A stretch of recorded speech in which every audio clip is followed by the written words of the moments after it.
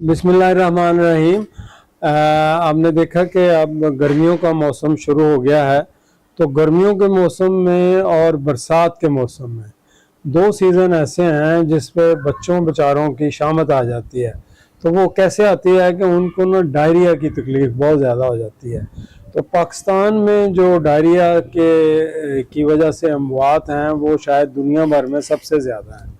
यानी 5 साल से कम उम्र तक या 5 साल तक डायरिया से अमवात जो हैं पाकिस्तान में बेशुमार हैं, बहुत ज़्यादा हैं, हज़ारों की तादाद में हैं। तो पूरी दुनिया में भी इसी तरह है।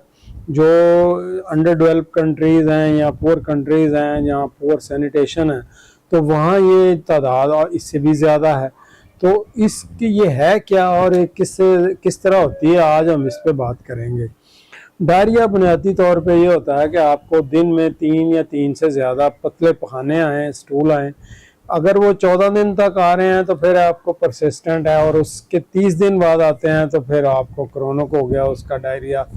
तो अगर आपको ये अमूमन हमारी प्रैक्टिस क्या होती है कि हम फ़ौरन या तो ख़ुद कोई ऐसी बात दवाई वगैरह इस्तेमाल करते हैं या कोई टोटका करते हैं, या हम जो है फिर करीबी डॉक्टर या स्टोर के पास जाते हैं, वो आपको कुछ सिरप या गोली दे देता है। तीसरे स्टेप पे हम क्वालिफाइड डॉक्टर यानी जनरल प्रैक्टिशनर के पास जाते हैं। उतनी देर तक उसको काफ़ी ज़्यादा नुकसान हो चुका होता है।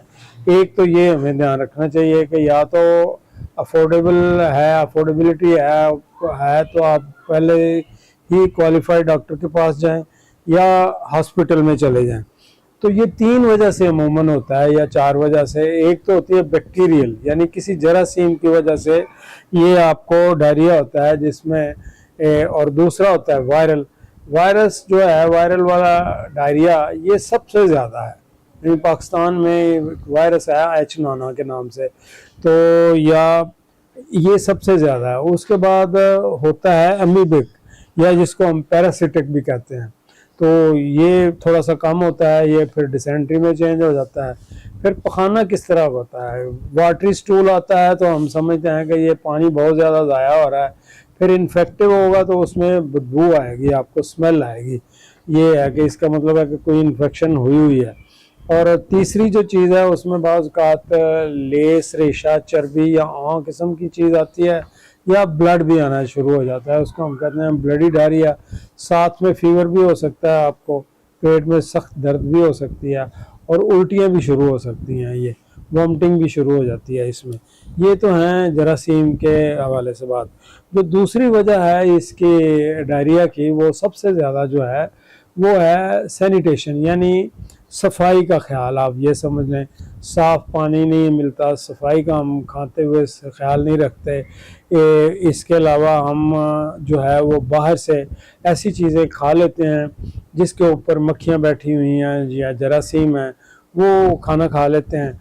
अक्सर हमने देखा है कि एक ही प्लेट में मैंने या मेरे दोस्त ने या किसी घर में 2 अफराद ने खाना खाया, एक को 6 घंटे बाद, 4 घंटे बाद या उसके बाद वॉमिटिंग शुरू हो गई, पेट में दर्द शुरू हो गई और पखाने लग गया, लेकिन दूसरे बंदे को नहीं हुए।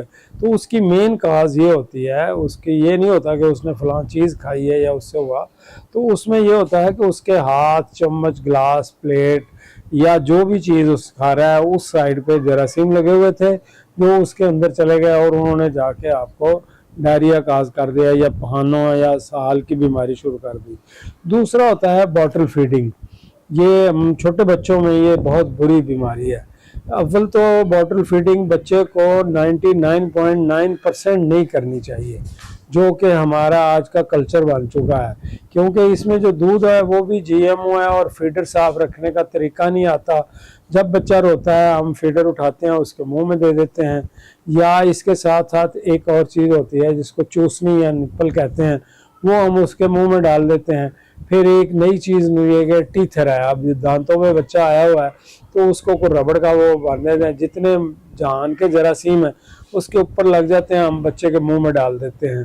तो उसका रिज़ल्ट क्या निकलता है कि वो सारे जरासीम उसके अंदर जाएंगे और 2 बीमारियां उसको लाजमी करेंगे, या तो चेस्ट इन्फेक्शन करेंगे या डायरिया वॉमिटिंग करेंगे। इसके अलावा कुछ एंटीबायोटिक्स भी हैं जो दवाइयाँ हैं जो उससे भी डायरिया होता है, या बाकी कुछ दवाइयाँ और भी हैं जिससे भी डायरिया हो सकता है।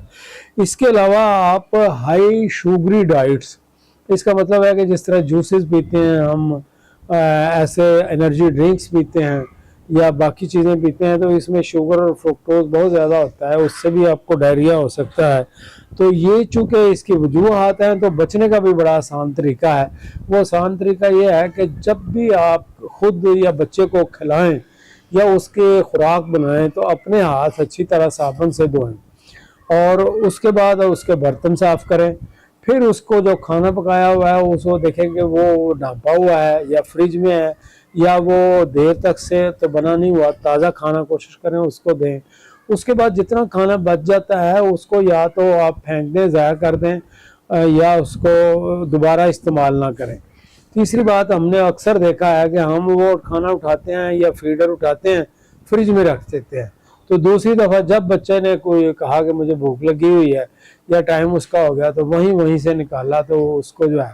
और एक और बहुत ज़्यादती हम कर रहे हैं वो ये है कि उसी फीडर को या प्लास्टिक की प्लेट को हम वो माइक्रोवेव ओवन में रख देते हैं, जिससे वो प्लास्टिक के ज़रात भी उसके जाना शुरू हो जाते हैं, वो उसके जिगर को उसी टाइम से ख़राब करना शुरू कर देते हैं।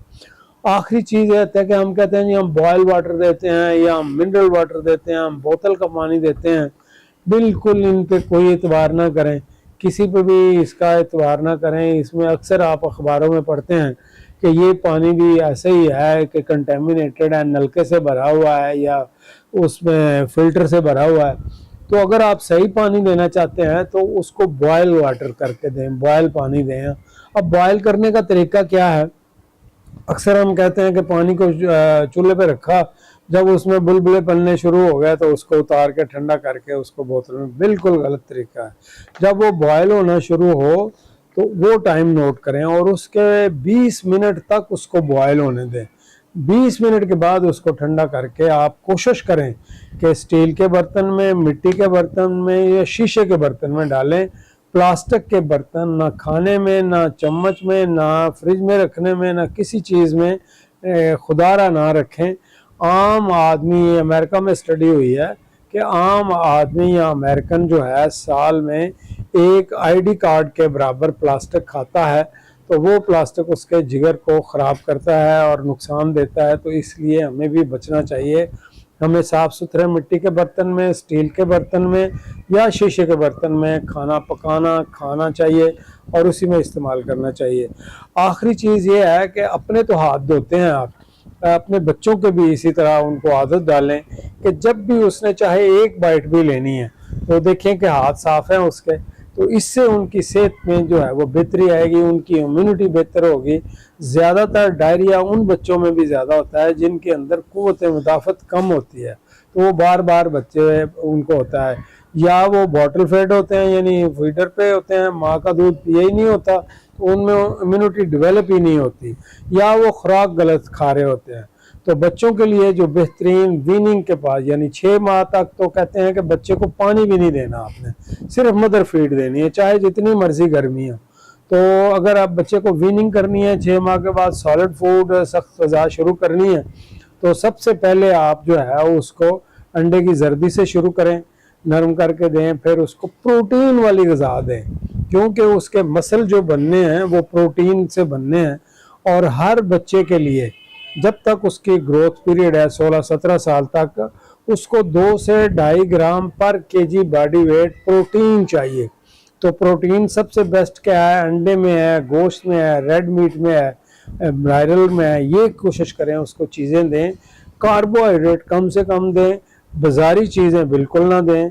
और उनको शुगरी डाइट्स जो हैं, ये जो बनी हुई हैं ना, जूसेस पे मत लगाएं। हम बड़े खुश होते हैं बच्चे को पिला के कि ये बोतल पी रहा है, तो उसी वक्त से उसके दिमाग के अंदर वो एडिक्शन वाला खाना पैदा होना शुरू हो जाता है। तो वो जब बोतल पीता है तो बड़ा खुश होता है बच्चा, तो वो यूफोरिक कंडीशन उसमें आ जाती है। तो वो फिर उसके बगैर चुप ही नहीं करता जब तक आप उसको दिन में 1-2 बोतल ना लेके दें, जूस ना लेकर दें, चिप्स ना लेकर दें, या इस तरह की गंद बला ना लेकर दें। तो इससे बचाव रखें, सफाई का ख्याल रखें। तो इससे आप डायरिया से अपने आप को भी बचा सकते हैं अपने बच्चों को, दोस्तों, रिश्तेदारों और घर वालों को भी बचा सकते हैं। खुदा हाफिज़।